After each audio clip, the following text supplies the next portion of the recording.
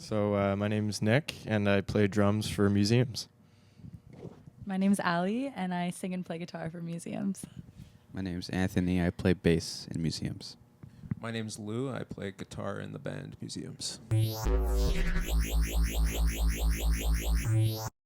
Awesome. Thanks so much for coming in today and for playing such a wonderful set. It was really a lot of fun. We'll start like origin story. Can you guys tell us how you all know each other and then also how museums came out of that? Okay. So Lou and I were in a band together prior to this called the Daydreamers for about 10 years. And then the band didn't stop. It just kind of dissolved, Fizzled. I guess. Yeah, it fizzled. Grew apart. Yeah, and then I started briefly a solo project, which then I asked Nick to play drums on. And then from there, museums flourished. Lou was playing bass at one point. Then we met Anthony, and everything's changed now, and it's great. Awesome. How did we meet Anthony? You fell from the heavens, Yes, I just appeared. and we took him in as our own. Yeah, that's very true. And then we also did a session together where I was like, hey, we need a bassist for a show. Do you want to play? And Anthony was like, yes. And That's awesome. that's It's what happened. always either we've been the same three members for 15 years and it hasn't changed, or everyone in this band has played every instrument once and we've all rotated positions or whatever. It's Something like that. Yeah, it's always one or the other. So you guys have been playing together for about a year now, if I'm correct. Yeah. What have been the highlights so far? I know you guys have like a 2-song EP out right now. Do you guys want to tell us a bit about that record and how recording that went? Yeah, we recorded a 2-song EP called Sink Your Teeth in My Brain.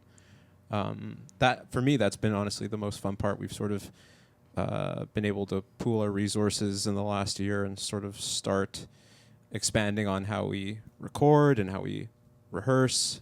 We use a studio space that we didn't have access to before, which has just made us feel more legitimate, I think, Nice. as musicians. And getting to play outside of Montreal is also super fun. So the network starts expanding, and we start meeting other people from Toronto, the big city of Toronto. Yeah, we played saw a you fun guys. I got to see you guys play on Thursday at Casa del Popolo Yes. with, was it Mike Leger, I think? Yeah, Yes. from Toronto. Was that someone met on your ventures or? No. No. Oops. No, actually, no, but We met him that night, I think. yeah, unless Allie Well, met him once, I think. I had played a show, our old band played a show with Mhm. their old band many years ago at Kajibi, which is no longer a venue. Rip. Yeah. Cool. And Joey Bird was there the other night too. Did a Yes. great job. So how does the songwriting work for you guys? Like, are these, I know if you guys have a previous project, I don't know how that process is. Are they all new songs? It evolved a lot. I think I carried over some songs from our first band. I carried over some songs from a brief independent period, but now it's fully collaborative. We're all writing every part of it, really. So. Awesome. It's fun because I think like Nick and Anthony and I also have either had or still have other projects going on. So we write for different things, and it's fun sometimes in my head when an idea comes and it's like, oh wait, this is going in a museum's direction, and it's fun to present it and flesh it out. But I think for most of us, it's usually we just present ideas to one another, and it grows pretty naturally together as far as arrangements and structures and things. I think we do really well in a room together. Whenever we're just the four of us, we can honestly play anything together. So a lot of new stuff coming right now. Awesome. Yeah. That was my favorite part, is hearing you guys play live, and most songs, this is unreleased, is like so much fun. Yeah. There were so much fun songs that have no names. I can't even tell Yeah, you which we want ones to I get them liked, out but before we get, because we keep writing, so sometimes Yeah. they start falling behind in the archive. it do be like that. Yeah, and you're like, no, this was so new and special, and all of a sudden it feels old, even though it's still new to the rest of the world. Yeah. You were saying also earlier, Lou, that like now in like I guess this phase of life and writing music, that there's more of a vision behind it, like that you're kind of developing what you want the project to sound like. Can you guys tell us a bit about like, I don't know if it was part of Museum's inception, but what the vision is not to label yourselves, but yeah, what do you guys see for It's the a really project? good question. Wow, yeah, that's a that's a crazy good question. question. Sorry. We're gonna go into an existential crisis here. And I think it's something that we're like slowly discovering, and part of it comes from like our influences. Some songs lean more toward, I guess, a more classic mid 2000s indie pop rock. It took me straight there to my state of day, like in such a wonderfully like nostalgic way. Yeah. I think that's where kind it of is like now, and I think sometimes there's some bubbling ideas now. I think for newer things that are sort of starting to maybe not deviate, but that's the nature of just playing with people. And as you grow, hopefully you stay along. Yeah. The alchemy also grows, and your influences start to get a little more nuanced, and you take things, you listen back to what you had made, and you edit them into new ideas, into new directions. So hope that's what's seemingly happening now. That's speaking very vaguely. If you have any descriptors, Anthony. Well, I would just say, like, yeah, all that was true, but we're also shaped by our limitations, which is really just, a band with 4 instruments. I do think that'll change as we go into more production, self-production, and, maybe electronic. Who knows what's going to happen? But That's there's lots of exciting. influences. Yeah, there really are no limits, Yeah. so it really is up to your own imagination, Yeah. which is so exciting. Yeah, and that builds off of stuff you already do too, and Exactly. your work. And Oh yeah, me what as do you well. do? Tell us more. I make music on my own. I produce music, and I play in other sick. groups, more electronic, hip-hop, other stuff. So fun. Do you Yeah. find it gives you a different perspective on, let's say, writing music? I think so. I think definitely everything I do musically influences the next thing. So in museums, I'm sure everything is leading up and helping my bass lines. Yeah. Awesome. They're sick bass lines. They really Thank are. you. Sick. It's awesome.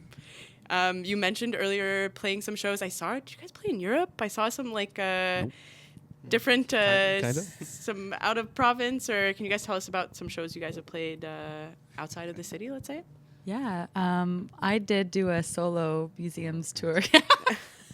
You sent her Nice. overseas Still for us. under the museum's Iconic. name. Let's You be shipped real. me on a boat, sent me to Germany, and Gave her rations for the way there, and she came back. I made it back home. But I did do a short solo tour. It was really just traveling plus some shows. Awesome.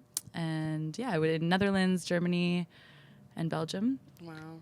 which was a lot of fun. It was really nice to bring the music out there and to also play it in a different format. I mean, I miss these guys so dearly. It's very weird being up there alone. I'm sure. But it was a really great experience. We've done that, but then as a band, we've gone to Toronto, we've done Ontario. Yeah, I watched your vlog. I Oh, loved yeah, your we made a Toronto vlog. vlog. Yeah, We have one it was view. fun. Yeah. That's me. Yes. There was more than one view. I swear to God.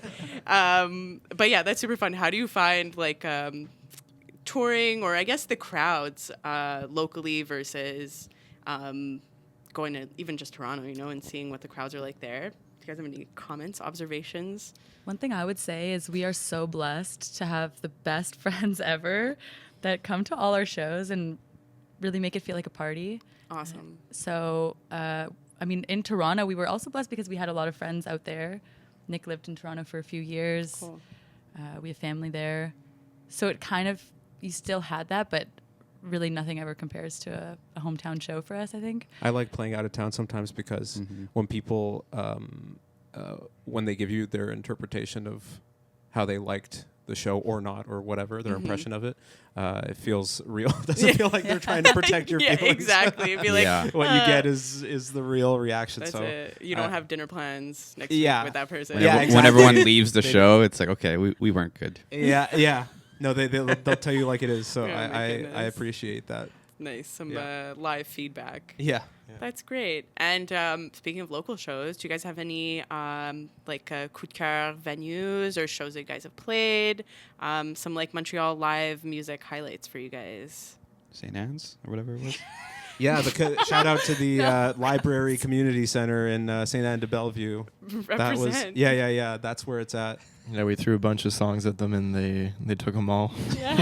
On the So- opposite side of the spectrum. Full spectrum of people. I Yeah. liked when we did. I like when we did Bar de Courcelles, and I don't know. We just yeah. felt That was cool. That was maybe it's because the- the stage is small and it just makes me feel like We- makes us feel big. I don't know. It makes me feel like Yeah. it's a small. Courcelles is also super intimate. Like it does feel like your friend's basement. Yeah, exactly. I kind of like that vibe. Awesome. Plus, we're from the Midwest, so it's kind of like the hometown in the hometown show. Yeah. Awesome. I like So Turbo much though fun. too. You guys like we've done Turbo? Turbo. Yeah. Oh, can you guys tell us where the band name comes from? Nick, take it away. It's an Aubrey question. Yeah, I think I came up with it with the name with a buddy JP years ago at like a house party. I think we were just drawing on everyone was drawing on each other with Sharpies as kids do when they're young, and I ended up drawing museums in a really weird way on his jeans, and he had these jeans basically covered in markers and rocked those, and they looked really sick. And somewhere on them, I think on the back, there was this museum's logo and word. And I think I have a couple files on my what's it called, Google Drive, named museum something. So I brought that to Ali, and I think JP also brought it up to you as you were finishing up with your old band, with your other group, and then we went to New York together, which was a crazy trip. Ali killed it at I forget the name of the venue, but killed it with Cedric and Teddy playing the tuba. Right, that was pretty wild. Trombone. My bad, Teddy. My bad. Don't get your T's mixed up. Yeah, and then the name stuck from that day, I would say. Yeah. Wow, that's awesome. Since New York, we actually created the Instagram page that night in New York. That's Museums.mu. Is that the logo that's on your merch? Like the writing? Like I think we're still trying to come up with a logo. We had with a the few trapezoid ideas. kind of shape on the T-shirt. Is it close to that? Yeah. Yes. Yeah. Okay. Well, Rhombus, no, actually, actually. the original logo Rhombus. was circular. Original was don't on understand on JP's jeans somewhere. but it was like Find the circular. pen. Yeah, It it all was starts more with circular, JP's jeans. There It you all go. starts with I think we jeans. still have to find a logo. I think we've all written on Ooh, JP's that's jeans. exciting. Yeah. That's exciting. Awesome. I guess to close it all out, do you guys want to tell us what you guys are working on, what you guys got coming up next? Tell us what's going on for museums. Yeah, we're in the long process of making an album. We've been recording for months at our studio the studio that we're part of with our friends. It's called Sudwest Recording Service. Shout out to Will and Matt who run the studio. Yeah, it's our favorite place. Second home. Whoop. And so we're trying to finish an album. Hopefully we'll have something out when this comes out. The goal, maybe one of these songs will be a single. We're going to Toronto. We got a recording residency in Toronto as well. No way. And January we'll be doing that. So fun. What does that imply? Sorry. Free studio access for a few days. They're putting us up in a house as well. Shout out Art House. Yeah, shout out Art House. That's amazing. We're going to play some shows there. We're going to do a little Ontario tour to come back home. Amazing. So, lots of exciting things. My hopefully. goodness. And many more shows in the new year, too. We've got a family band show coming up in February, really? so that'll be nice. Nice. Amazing. Well, thanks so much. We're really looking forward to hearing everything. I had a great time listening to you guys play today and on Thursday. You're so kind. Too kind. Oh my God, no, Merci, really. The merci. pleasure is mine. Thank you, This guys. is like the most fun part of this. So thanks again a million, and can't wait to see what's next for museums. Appreciate it. Thanks, Thank guys. you. Thank you. Thank you guys. Yay.